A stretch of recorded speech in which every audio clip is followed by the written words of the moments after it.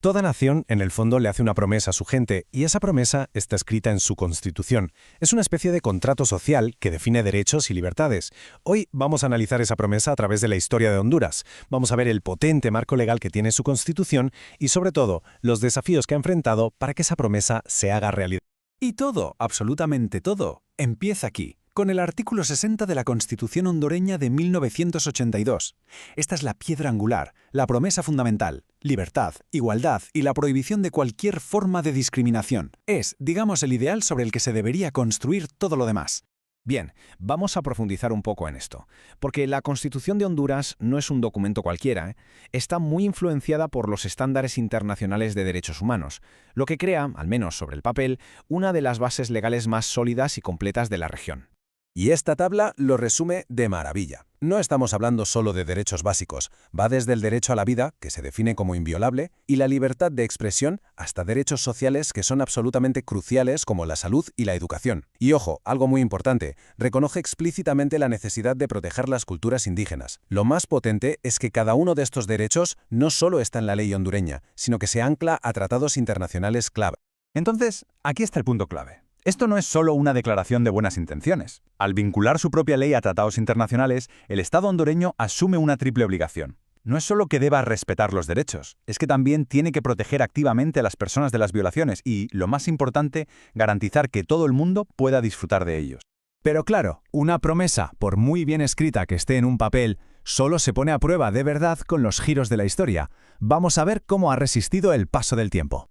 Durante las primeras décadas, parece que Honduras se dedicó a construir este andamiaje legal. La Constitución del 82 fue el pistoletazo de salida. A partir de ahí, el país fue ratificando, uno tras otro, tratados internacionales fundamentales. Por ejemplo, la CEDAW para los derechos de las mujeres en el 97 o el Pacto de Derechos Civiles y Políticos ya en 2005. Daba la sensación de que había un camino claro para cumplir la promesa. Pero entonces, la historia dio un giro dramático. El golpe de Estado de 2009 fue un punto de inflexión brutal que desató una crisis de derechos humanos profundísima. Y los sucesos que vinieron después, como el asesinato de la defensora ambiental Berta Cáceres o el del activista trans Vicky Hernández, demostraron que esa promesa constitucional se enfrentaba a desafíos gigantes y a menudo mortales. Y esto, claro, nos lleva directamente al corazón del análisis. Esa distancia, a veces abismal, que existe entre los derechos que garantiza la ley y la experiencia que vive la gente en su día a día. La famosa brecha entre la promesa y la práctica. Pongamos un primer ejemplo. La promesa es clarísima, el derecho a la vida es inviolable y la pena de muerte está abolida desde hace décadas. Sin embargo, la realidad sobre el terreno se convierte en una lucha constante contra la impunidad. La obligación principal del Estado pasa a ser, de repente, investigar crímenes que, según su propia Constitución, nunca deberían haber sucedido. O pensemos en la libertad de expresión. La promesa es la libre emisión del pensamiento, sin censura previa. Suena genial, pero la realidad es un entorno en el que la tarea principal del Estado se ha convertido en proteger a periodistas y activistas de ataques y en vigilar que las propias leyes no se acaben usando como una herramienta para silenciar las voces críticas. Y aquí tenemos un caso muy relevante. La promesa es preservar las culturas nativas, algo que además está respaldado por haber ratificado el Convenio 169 de la OIT. Pero la realidad es una lucha constante por defender las tierras ancestrales frente a proyectos extractivos. Un conflicto que, de hecho, enmarca directamente tragedias como la de Berta Cáceres. Vale, hemos analizado el problema.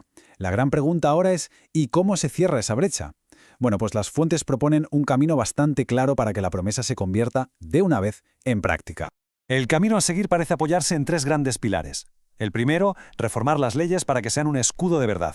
El segundo, fortalecer las instituciones que tienen que aplicarlas. Y el tercero, garantizar que se cumplan las sentencias internacionales, para que la justicia no sea solo una palabra en un papel.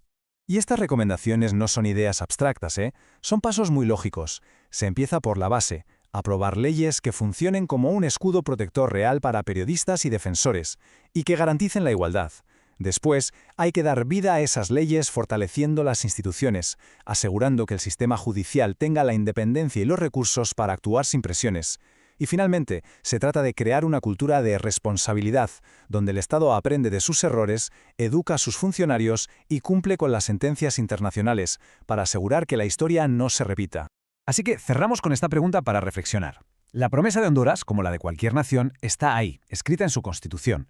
Pero su verdadero cumplimiento no se encuentra en el papel, se encuentra en la seguridad de un activista, en la libertad de un periodista, en la justicia para una víctima y en la protección de las tierras ancestrales. Es ahí, y solo ahí, donde la promesa cobra vida de verdad.